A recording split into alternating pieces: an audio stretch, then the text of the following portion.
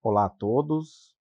Vamos conversar um pouquinho hoje sobre a realização de testes unitários utilizando a ferramenta Visual Studio na linguagem C#. Vamos lá?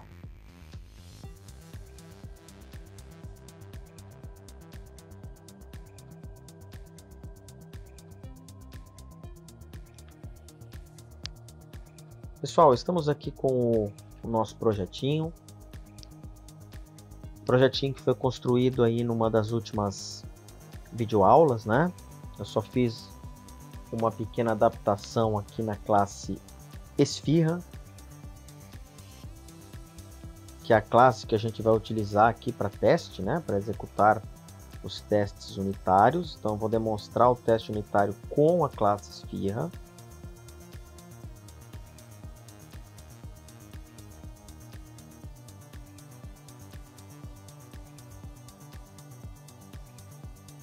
Então, aqui a gente tem a classe Esfirra, e antes de a gente falar da classe, né, o que a gente tem na classe Esfirra, ressaltar aqui essas instruções using, né, que são necessárias para que a gente consiga trabalhar com os objetos ADONet, que vão permitir que a gente conecte a classe Esfirra ao banco de dados, e a instrução aqui using system configuration permite que a gente acesse, né, o arquivo webconfig, onde nós temos a string de conexão com o banco de dados. Isso nós já vimos nas últimas aulas também, né? Temos aqui os atributos, ID, nome, ingredientes, preço, quantidade, né, com os seus respectivos getSet, que nós falamos também quando a gente tratou de orientação objeto. Temos logo abaixo aqui o construtor, né? Construtor padrão, aquele construtor vazio, e um outro construtor que permite que a gente passe valores para o objeto no momento em que a gente criar o objeto ou instanciar a classe, tá? E aí aqui vem as novidades, as adaptações, né? A gente tem um método aqui chamado public bool inserir esfirra. O que faz esse método, né?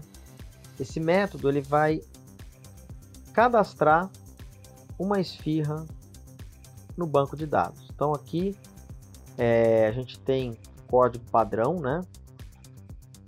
Para se conectar com o banco, para enviar parâmetros para o banco de dados.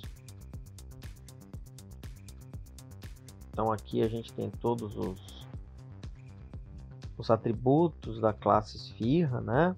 A gente se conecta aqui com o banco.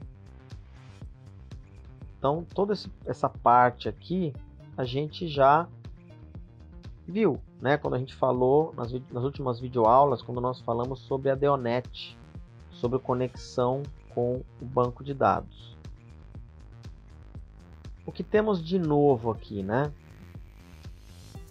Novo mais ou menos, né? Porque nós vimos isso também na orientação, nas videoaulas de orientação a objeto. Mas o que a gente tem de diferente? A gente tem esse return true. Então, se tudo aquilo que tiver logo acima, né, acontecer, esse método vai retornar o valor true.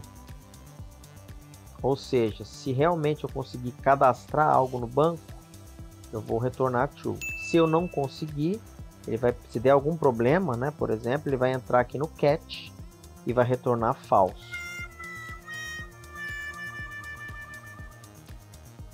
Como a gente já tinha visto, né, como eu estou retornando, eu tenho que dizer que esse método é um método que permite retorno.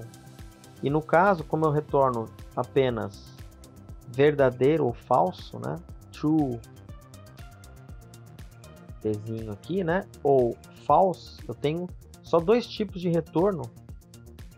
Esse método, na verdade, é um método booleano. Aí eu defino ele com a opção bool. Então ele só pode retornar true ou false. Se conseguir cadastrar, vai retornar true. Se não cadastrar, vai retornar false. Então funciona dessa forma este método. Quando eu falo cadastrar, é no banco de dados, né? E aí eu tenho outro método, o método excluir esfirra. Também é um método que retorna um bool, né? Ele vai retornar verdadeiro ou falso. É um método que pode retornar verdadeiro caso eu consiga excluir uma informação do banco de dados, e vai retornar falso se eu não conseguir excluir.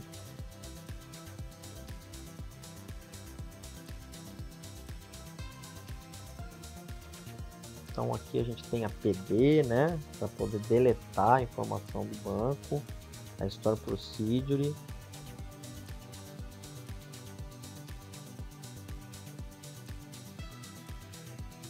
Aí aqui a gente tem um parâmetro. Esse método excluir esfirra, ele precisa de um parâmetro, que é o nome da esfirra, né? Qual é a esfirra que eu quero excluir? Eu passo esse parâmetro vem parar aqui no nome, aqui na linha 76, e daí ele vai para a Store Procedure PD esfirra. Olha só que interessante, né? Então eu passo um parâmetro, ele é adicionado como parâmetro e depois vai para a Store Procedure. Depois eu sigo executando normalmente, eu abro a conexão, eu executo essa procedure no banco de dados, se der tudo certo, retorna true. Então se ele ficar aqui dentro do try, né, é sinal que deu certo. Se ele apresentar algum erro, ele vai ser pego pela instrução catch. E aí eu vou retornar falso, sinal que eu não consegui excluir nada do banco de dados. Então basicamente essa é a classe, né, que nós tínhamos feito nas últimas videoaulas. E aí eu tenho mais algumas coisas aqui abaixo, né? Deixa eu puxar um pouquinho aqui. Que são os métodos que aplica desconto, né? O método aplicar desconto e o método mostrar situação de estoque. Também é um tipo de método com retorno.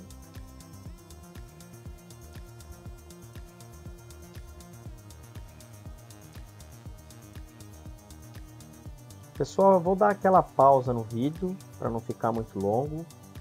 Continuamos no vídeo seguinte. Aí basta procurá-lo, né, pelo mesmo nome, acrescido de parte 1, parte 2 e assim sucessivamente. Um grande abraço a todos.